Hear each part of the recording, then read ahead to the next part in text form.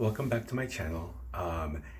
Today's video is definitely different from anything I've done so far. Well, it was actually inspired by two very prominent topics. Current events, definitely seeing people trying to fight for justice and equality now, seeing people hurt, in pain, both physically and emotionally, because of everything that's going on now, and also because of the fact that Pride Month is here. It's upon us. Riots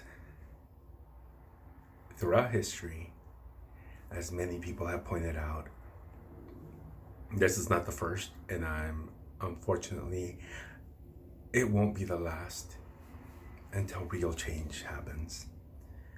But riots have been a means of people to actually try to get their point across when nothing else works.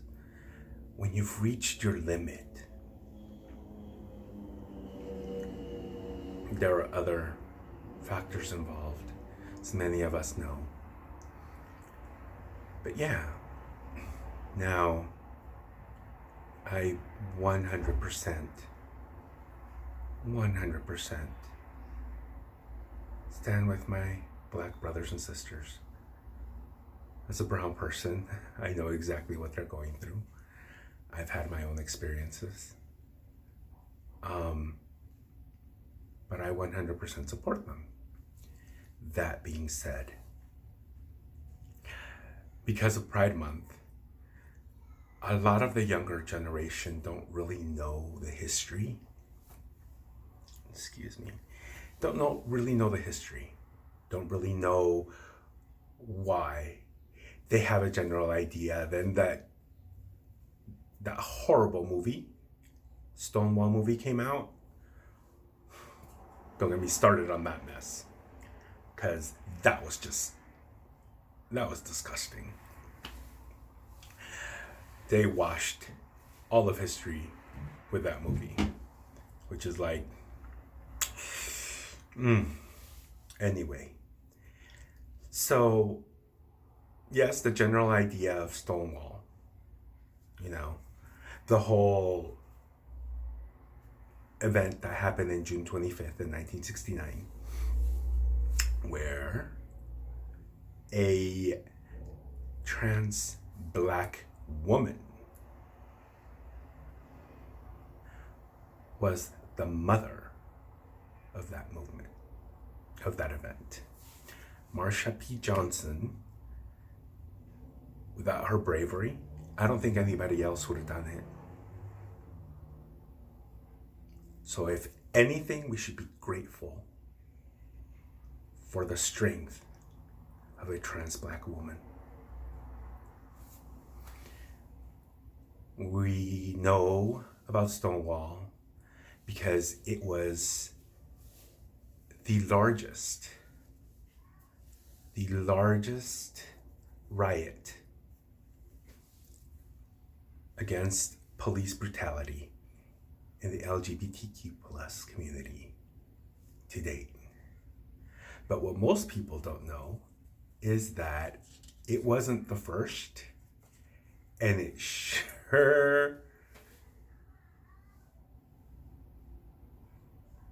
no, it wasn't the first at all. That it wasn't. But it was the largest and the longest. Now, the first one, let's just go backwards. I actually had to make notes for this because I vaguely remembered, didn't remember the dates. I was trying to remember all of this from memory. And I'm just like, oh my God. I haven't really looked into this in decades. And since when I first came out, and I was very curious and devour all this information, going to like libraries and going to places like there was this bookstore in there was one in West Hollywood, and there was another one in Westwood. LGBT bookstores, and I just bought and devoured all of the books because I needed to know my history. So, unable to remember everything, my brain actually worked, and I was just like, Google. So I did have to go through and refresh my memory. Now, I should actually just refer to my notes, right? Let's see. We have them here. Okay. So,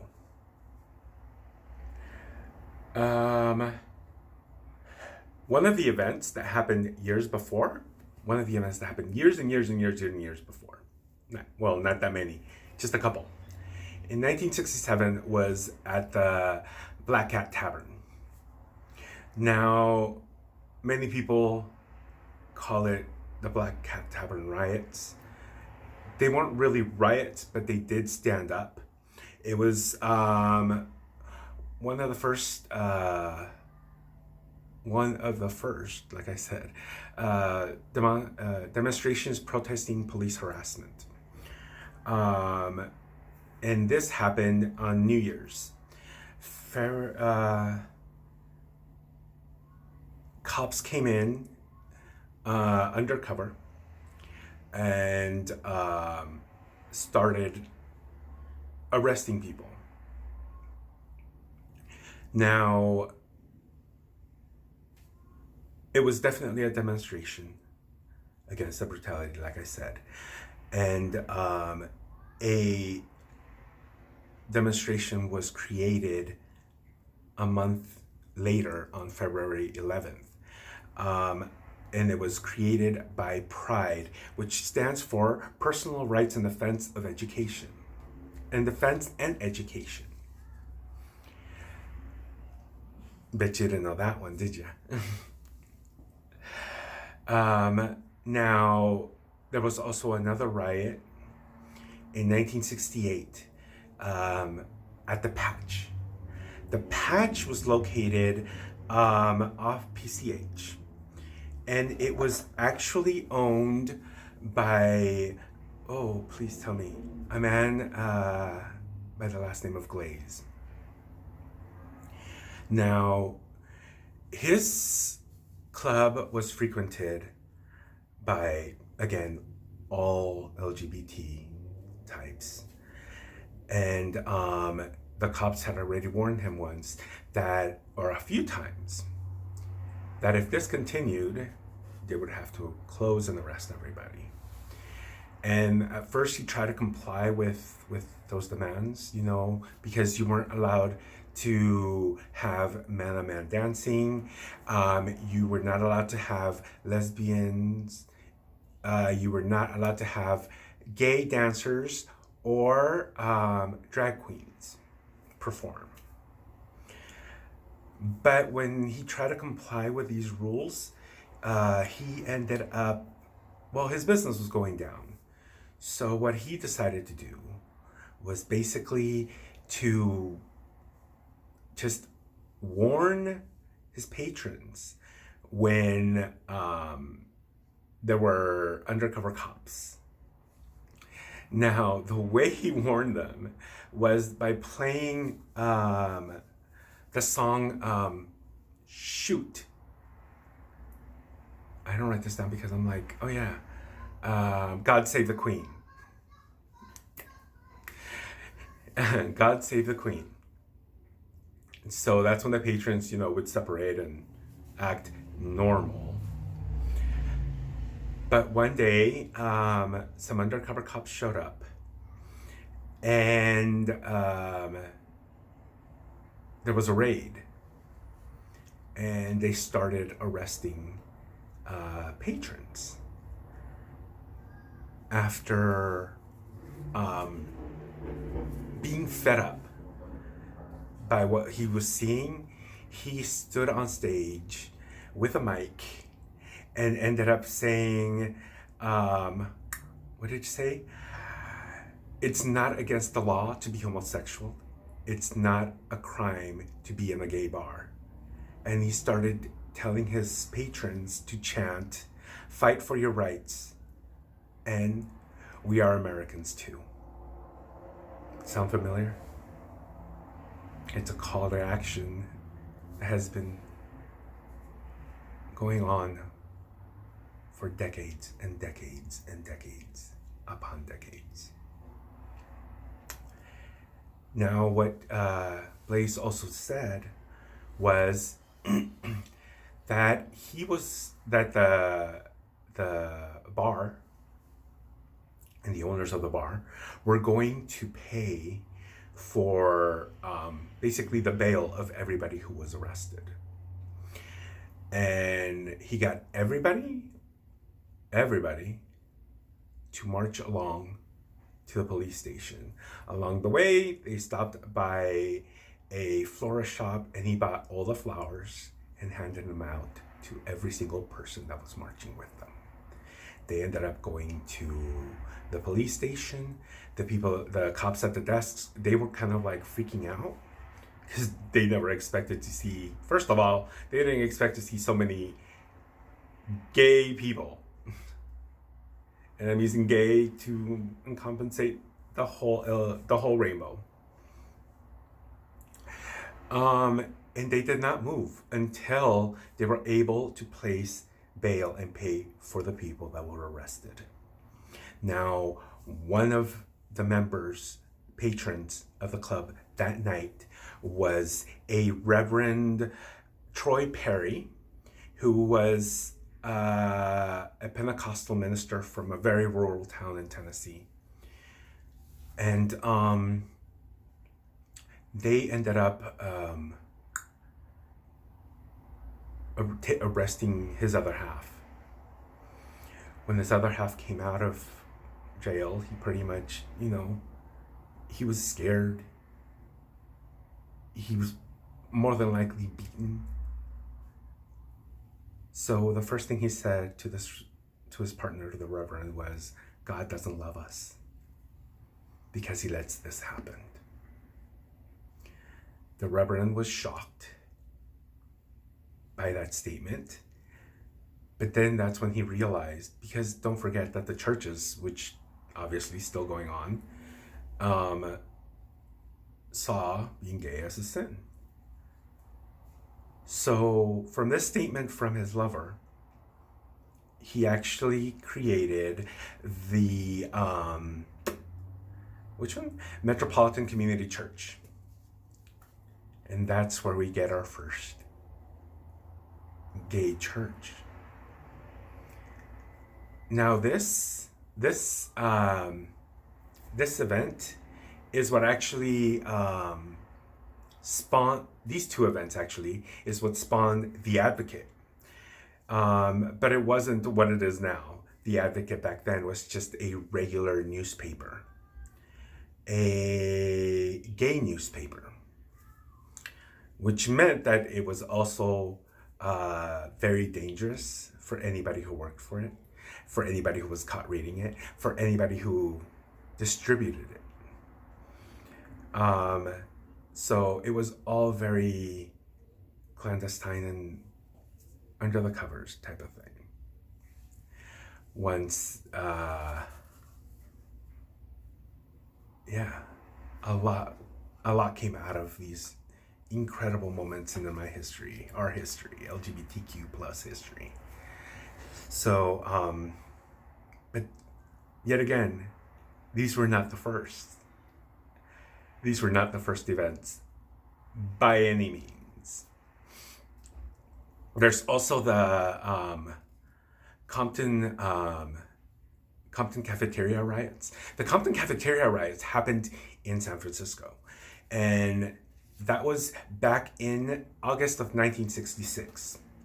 Now, this is actually the very first recorded time in history where trans women came forward and fought for not only their rights, but all of our rights. This happened in this particular coffee shop, where was frequented by obviously gay and lesbians and all of that. And the cops came in requesting for IDs. Now, this was the norm throughout this whole time, to request for IDs, because if your ID did not match what you looked like, you were arrested, because it was illegal. And they arrested this one particular trans person, and she fought back. She tossed her coffee at the cops. And that's when more trans drag queens and gay men, lesbians, joined in and actually fought against the police.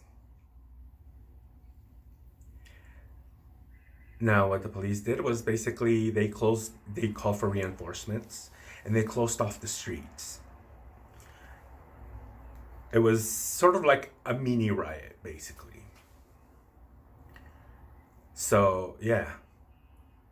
Again, leave it to the strength of our trans sisters and brothers to actually stand up for all of us. Be the first ones to stand up. But actually, the one that has the honor of being the first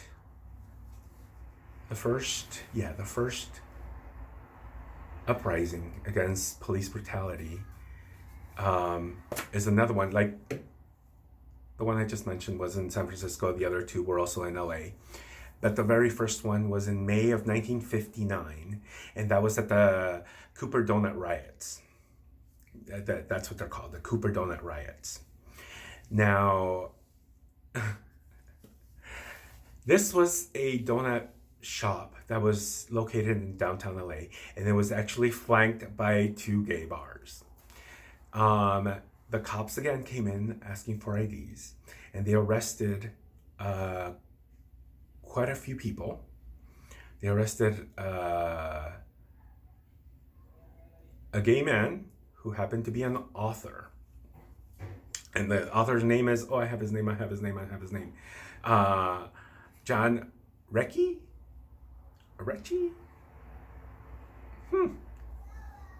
Well, it's Rechy.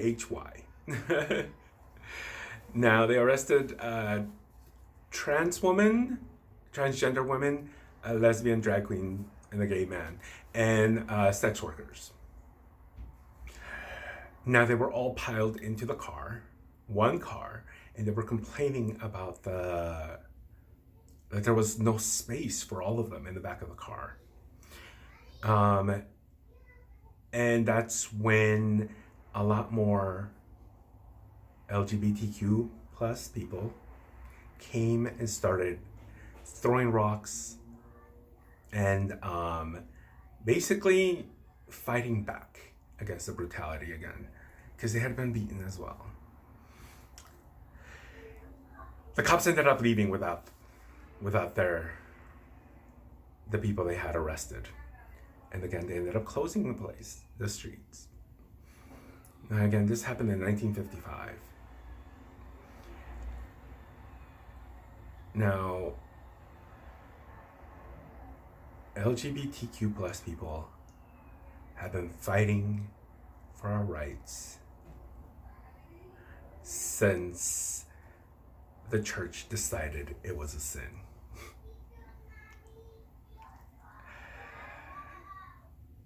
And we have so much to be grateful for to our forefathers, our foremothers, who had the guts to stand up and fight back. Most people don't know our history, especially the newer LGBTQ plus people. They really don't know all our history. There's so much. There is so much to learn. I mean,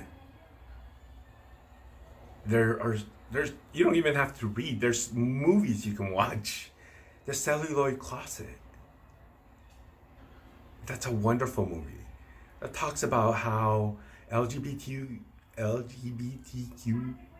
people plus actually maneuvered through Hollywood. How they worked their way into movies, survived the Lavender Scare. I mean, there's so many documentaries out there. So many, the history's incredible. And we mustn't forget, look at what's happening around us now. We must show support. We know what it's like. Some of us know it from both ends. That didn't come out right.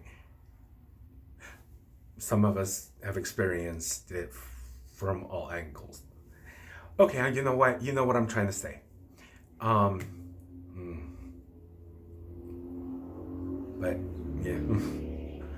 I guess that's it. Just a little short. Well, not so short. Just a little short history lesson, actually. That's the short part on the LGBTQ plus community. And I hope you all learned something. And I hope it sparked some curiosity so you can go out and do your own research. Learn. Because that's important. People say, what's the saying? About keeping, never forgetting. Because if you forget, you end up repeating it again. And history has a tendency to repeat itself, especially because we all forget. Unfortunately. It happens with the good and it also happens with the bad. Again, unfortunately, the bad seems to repeat itself a lot more often than it should. We mustn't forget. All right. Thanks.